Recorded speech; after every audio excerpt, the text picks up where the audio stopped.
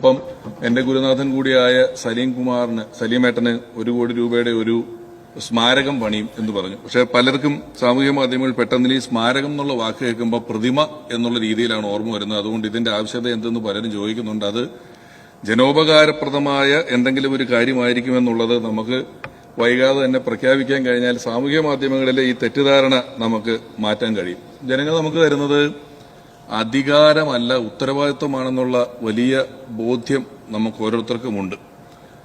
കാരണം ആ ഉത്തരവാദിത്തം പലതിനെയും ചെറുക്കുന്നതിനാണ്. ഈ വർഗീയത എന്ന് പറയുന്ന വാക്ക്, ഇപ്പോൾ വർഗീയതയെ ചെറുക്കാൻ വേണ്ടി നമ്മൾ നിൽക്കുന്നു പറയുമ്പോഴും ഈ വർഗീയത എന്ന് പറയുന്ന വാക്ക് പലപ്പോഴും മതവുമായി മാത്രം ബന്ധപ്പെട്ട് നിൽക്കുന്ന ഒരു വാക്കല്ല. അതിന് രാഷ്ട്രീയ വർഗീയത എന്ന് പറയുന്ന ഒരു സ്ഥലം അല്ലെങ്കിൽ ഒരു വർഗത്തെ സംബന്ധിക്കുന്ന വാക്കാണ്. ഏതെങ്കിലും ഒരു രാഷ്ട്രീയ പാർട്ടിയാണെങ്കിലും അത് മറ്റെല്ലാവരും എതിർക്കപ്പെടേണ്ടതാണെന്നും മറ്റെല്ലാം ഇല്ലായ്മ ചെയ്യപ്പെടേണ്ടതാണെന്നും മറ്റാരും ശരിയല്ലെന്നും നമ്മൾ മാത്രമാണ് ശരിയെന്ന് വിശ്വസിക്കുന്നതും ഒരു വർഗീയത തന്നെയാണ്. ഞാനിപ്പോ പറഞ്ഞില്ലെങ്കിലും പിന്നീട് അവർ തന്നെ കണ്ടെത്തിയ ഇത്തവണത്തെ, ഞാൻ തന്നെ ആദ്യം കണ്ടപ്പോ അയ്യോ ഇത് കൊള്ളൂലല്ലോ എന്ന് വിചാരിച്ചതായിരുന്നു ഈ LDF അല്ലാതെ മറ്റാരുണ്ട് എന്ന് പറയുന്ന ഇവരുടെ ഒരു ക്യാപ്ഷൻ എന്ന് പറയുന്നത്. മറ്റാരെയും ഉൾക്കൊള്ളുക എന്ന് പറയുന്നത് അത്ര എളുപ്പമല്ല ഇവരെ സംബന്ധിച്ചിടത്തോളം. ഞാൻ തന്നെ പാലക്കാട് ജില്ലയിൽ നടന്ന ഒരു പൊതുപരിപാടിയിൽ എന്റെ എതിർ സ്ഥാനാർത്ഥിയെ കണ്ടപ്പോൾ അദ്ദേഹത്തെ കെട്ടിപ്പിടിച്ചു. ഒരു UDF-കാരൻ എന്നോട് നിങ്ങൾ എന്തിനാ എതിർ സ്ഥാനാർത്ഥിയെ കെട്ടിപ്പിടിച്ചെന്ന് ചോദിച്ചില്ല, തെരഞ്ഞെടുപ്പിന് ശേഷമാണ്. ഞാൻ അതിന്റെ കമന്റ് ബോക്സ് നോക്കിയപ്പോഴും എന്തിനാടാ ഞങ്ങളുടെ സ്ഥാനാർത്ഥിയെ കെട്ടിപ്പിടിച്ചെന്ന് ചോദിച്ചു. പിന്നെ എന്നെ ചീത്ത വിളിച്ചുകൊണ്ടിരിക്കുകയാണ് ഒരു പ്രദേശം മുഴുവൻ. ഞാൻ ഇതെന്താ ഇവരെങ്ങനെ വിളിക്കുന്നതെന്നൊക്കെ ആലോചിച്ചപ്പോഴാണ് അറിഞ്ഞത് നമ്മുടെ പ്രിയപ്പെട്ട ജനീഷിന് ചോറ് കൊടുത്തതിന്റെ പേരിൽ ഒരാളെ പാർട്ടിയിൽ നിന്ന് പുറത്താക്കിയിട്ടുണ്ടായിരുന്നു എന്നുള്ളത്. അപ്പൊ ഇപ്പോഴും ഇൻക്ലൂസീവായി ചിന്തിക്കുക എന്ന് പറയുന്നത് ഇവർക്ക് സാധിക്കുന്നില്ല. അതെന്താണെന്ന് എനിക്കറിയില്ല. ഇൻക്ലൂസീവായി ചിന്തിക്കാൻ ഇന്ത്യയെ പഠിപ്പിച്ച ഒരു പാർട്ടിയുടെ പ്രതിനിധിയായി നിൽക്കാൻ കഴിയുന്നു എന്ന് പറയുന്നത് എന്റെ ഏറ്റവും വലിയ ഭാഗ്യമായി ഞാൻ കരുതുന്നു. കാരണം പലരും ചോദിച്ചു എന്തുകൊണ്ടാണ് കോൺഗ്രസ് എന്ന് പറയുന്ന ഒരു പാർട്ടിയിലേക്ക് വരുന്നത് എന്ന്. കാരണം ഇന്ത്യക്ക് സ്വാതന്ത്ര്യം കിട്ടുന്നത് 200 കൊല്ലത്തെ ബ്രിട്ടീഷിന്റെ ഭരണം കഴിഞ്ഞിട്ടാണ്. സ്വാതന്ത്ര്യം കിട്ടുന്ന സമയത്ത് ഇന്ത്യയുടെ വിദ്യാഭ്യാസത്തിന്റെ ശതമാനം 12%. ശതമാനമാണ് ലിറ്ററസി 12%. മനുഷ്യന്റെ ശരാശരി ആയുസ്, ഇന്ത്യക്കാരന്റെ ആയുസ് 35 വയസ്സാണ്. കമ്മ്യൂണിക്കേഷന് യാതൊരുവിധ മാർഗങ്ങളുമില്ല. റേഡിയോ പോലും ഒരു ഗ്രാമങ്ങളിലില്ല. ഭാഷയില്ല, വിദ്യാഭ്യാസമില്ല. മലേറിയയും കോളറയും പോലെയുള്ള വലിയ വലിയ അസുഖങ്ങൾ പിടിച്ചിരിക്കുന്നു.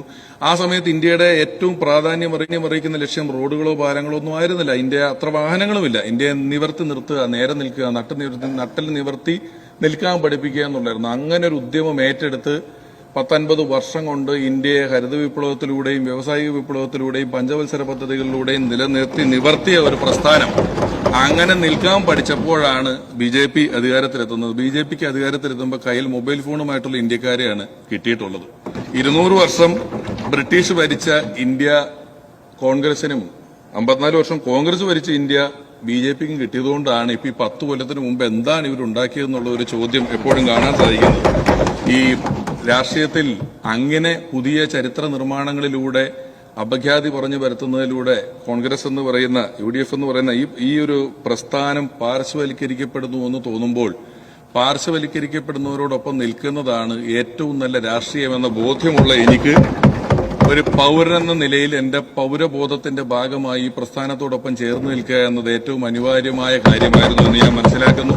അങ്ങനെ ഏറ്റവും അനിവാര്യമായ ഒരു പൗരന്റെ കടമ ചെയ്തുകൊണ്ടാണ് ഇത്തവണ കേരളത്തിലെ ഓരോ ജനങ്ങളും നമ്മുടെ പാർട്ടിയെ പാർശ്വവൽക്കരിക്കപ്പെടുന്ന നമ്മളോടൊപ്പം ചേർന്ന് നിന്നതും നമ്മളിന്ന് മുഖ്യധാരയിലേക്ക് ഏറ്റവും സജീവമായി തിരിച്ചു വന്നിട്ടുള്ളതും അവരോടും നന്ദി പറയാൻ ഈ അവസരം ഉപയോഗിക്കുന്നു.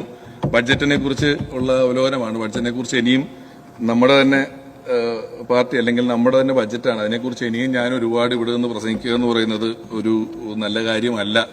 വേണമെങ്കിൽ ഇന്ന് ഈ ബജറ്റ് ലോകമെങ്കും വിളങ്ങിയിടാൻ ധനകാര്യമന്ത്രി തന്നെ എന്ന് പറയുന്ന ഒരു പാട്ടിനൊക്കെ സ്കോപ്പുണ്ട്. പക്ഷെ നമ്മളത് ചെയ്യുന്നില്ല.